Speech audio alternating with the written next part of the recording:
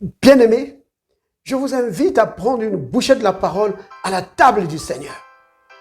Alors, notre bouchée d'aujourd'hui, c'est vraiment la suite de cette bouchée qu'on a donnée auparavant sur la grâce et la foi.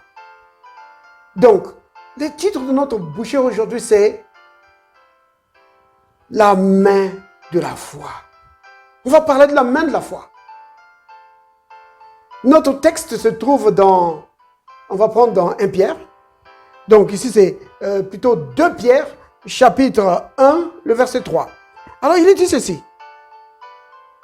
Comme sa divine puissance nous a donné tout ce qui contribue à la vie et à la piété au moyen de la connaissance de celui qui nous a appelés par sa propre gloire et par sa vertu. Donc, sa divine puissance nous a donné tout ce qui contribue à la vie et à la piété. Vous avez remarqué? Sa divine puissance nous a donné. Ce n'est pas que nous donnera. Nous a déjà donné tout ce qui contribue à la vie et à la piété. C'est déjà fait. Il nous a déjà donné. Tout. Pas quelques éléments. Tout ce qui contribue à la vie et à la piété. Dieu nous l'a déjà donné. Quand vous regardez encore dans Éphésiens chapitre 1er, verset 3, là on dit que béni soit Dieu, le Père de notre Seigneur Jésus-Christ, qui nous a bénis de toutes sortes de bénédictions spirituelles dans le lieu céleste en Christ. Vous voyez? Dieu nous a bénis. Pas qu'il nous bénira, il nous a déjà bénis. C'est ce dont j'ai parlé dans la bouchée de la grâce et de la foi. Que la grâce de Dieu, c'est la main de Dieu qui pourvoit tous nos besoins. C'est la main de Dieu qui a pourvu à tous nos besoins. Ça, c'est pour être beaucoup plus exact. La grâce de Dieu a déjà pourvu à tout ce dont nous avons besoin. C'est pourquoi nous avons lu 2 Pierre chapitre 1er, verset 3, et Éphésiens 1, verset 3. Que la grâce de Dieu a déjà pourvu à tout ce dont nous avons besoin. C'est de cela qu'il s'agit. Quand vous regardez, par exemple, dans le livre de la Genèse, on dit, au commencement, Dieu créa les cieux et la terre. Dieu commence à créer le premier jour, deuxième jour, troisième jour, quatrième jour, cinquième jour. Vous vous rendez compte que depuis le premier jour jusqu'au cinquième jour, Dieu ne fait que créer. Il n'y a pas encore d'homme. Et il amène l'homme. Dieu crée l'homme au 6e jour. Et après, Dieu se repose. Pourquoi a-t-il créé l'homme au 6e jour? C'est parce que la grâce de Dieu était à l'œuvre. La grâce de Dieu était en train de préparer le terrain. La grâce de Dieu était en train de pourvoir à un endroit où l'homme viendrait se mettre. Dieu a déjà pourvu à tous les besoins, à tout ce dont l'homme avait besoin. Donc, tous les besoins de l'homme ont été déjà rencontrés. Dieu a pourvu à tous ses besoins. Avant même que l'homme ne soit créé, c'est là où c'est glorieux. Bien-aimé, c'est là où c'est glorieux. Que avant même que l'homme ne soit créé, Dieu a pourvu à ses besoins à l'avance. De telle façon que quand il crée l'homme, au 6e jour, l'homme trouve que tout est déjà là. C'est cela la grâce de Dieu. Donc, quand vous lisez, dorénavant, bien-aimé, quand vous lisez le livre de la Genèse, regardez la grâce de Dieu à l'œuvre. Regardez l'amour de Dieu à l'œuvre pour l'homme. Ça, c'était l'ancienne création. Donc, la première création. La création adamique. Dieu a pourvu à l'avance. Et vous pensez qu'il ferait moins pour la nouvelle création en Christ? Non.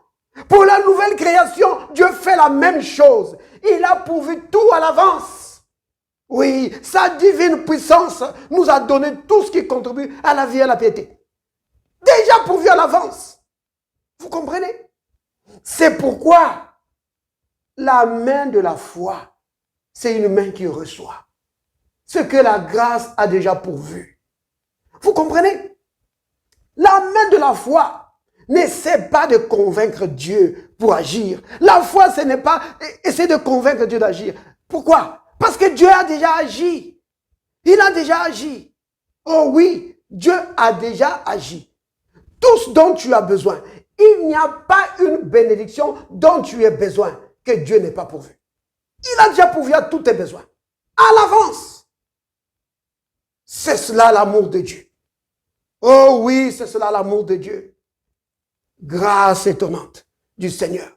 Si tu as besoin du salut, il a déjà pourvu. Tu as besoin de guérison, il a déjà pourvu. Oh oui. Bien-aimé, vous comprenez? C'est vraiment glorieux. La grâce de Dieu a pourvu à tous nos besoins à l'avance. Oh là là. Donc la main de la foi n'essaie pas de convaincre Dieu. Oh, Dieu agit. Dieu... Non. Dieu a déjà agi. Et tout ça par grâce. C'est ça qu'il faut comprendre. C'est là où c'est vraiment important. Là où nous entrons vraiment dans le fond de la révélation paulinienne. La grâce de Dieu qui a agi à l'avance, indépendamment de nos œuvres, indépendamment de ce que nous pouvons faire de bien ou de mal. La grâce de Dieu a agi. Vous comprenez? Dieu nous a aimés. Quand on lit dans Jean chapitre 3, verset 16, il est dit, Dieu a tant aimé le monde. Vous voyez, c'est l'amour inconditionnel de Dieu. On ne dit pas, Dieu a tant aimé l'Église, ou Dieu a tant aimé les saints, que Dieu a vu que les saints, ils étaient tellement beaux, ils étaient tellement fermes, et Dieu les a aimés. Non, Dieu a tant aimé le monde. Donc les gens qu'on ne pouvait pas aimer, les pécheurs, les rebelles, ceux qui étaient rebelles contre lui, Dieu les a aimés à l'avance. Donc, la raison pour laquelle Dieu nous a aimés, ce n'est pas parce que nous étions aimables, mais c'est parce que Dieu est amour. Vous comprenez? Dieu est amour. En lui ne sort que, n'émane que l'amour. C'est pourquoi il nous a aimés.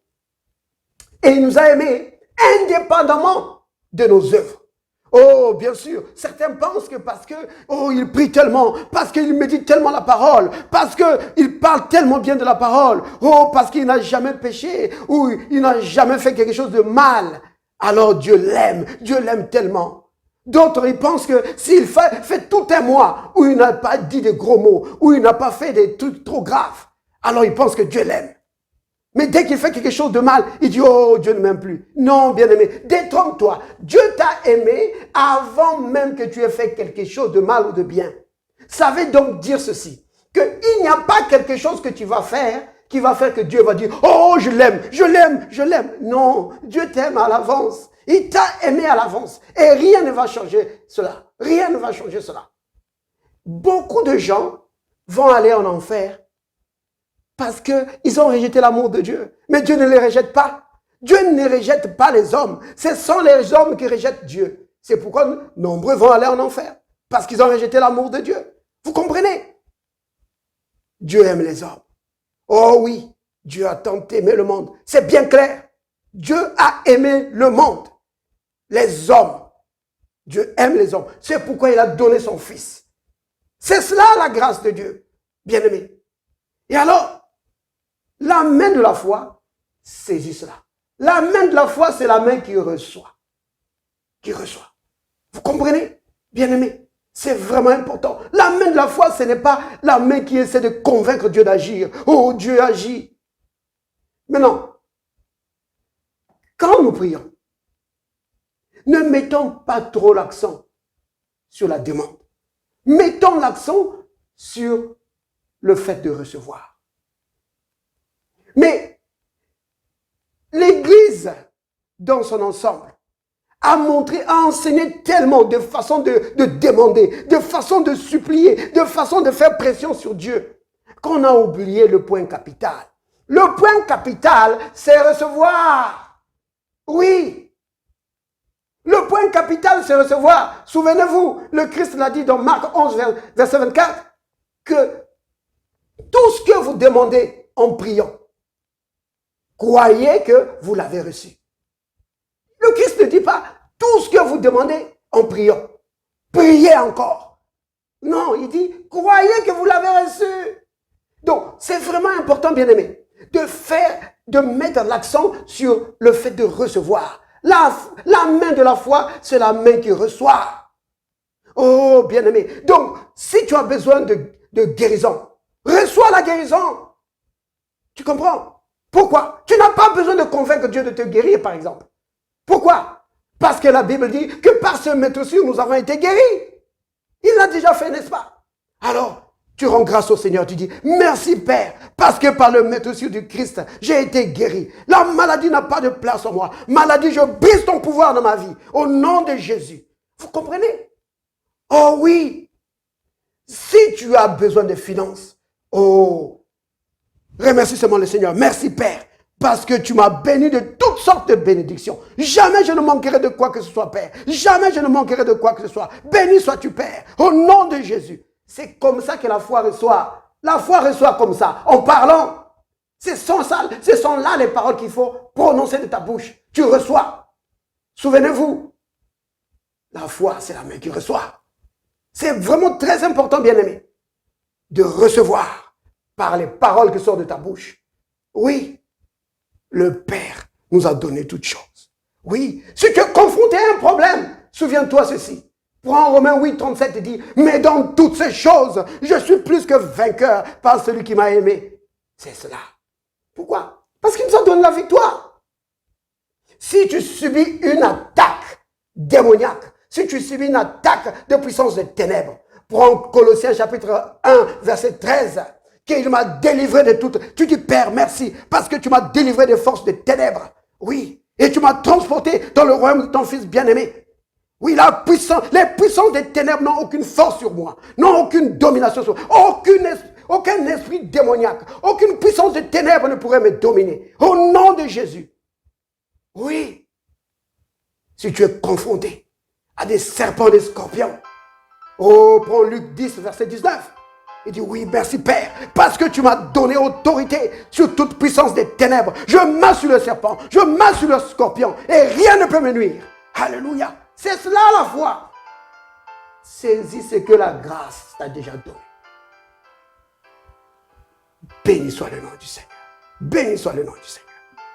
Père, merci pour ta grande bonté. Merci Père, parce que ta grâce excellente nous a donné toutes choses pour vivre une vie chrétienne victorieuse. Oh Père, merci de nous avoir appelés à une vie de victoire, à une vie de triomphe. Oui Seigneur, nous marchons dans la victoire. Christ en nous garantit une vie de gloire. Au nom de Jésus le Christ. Amen. Alléluia.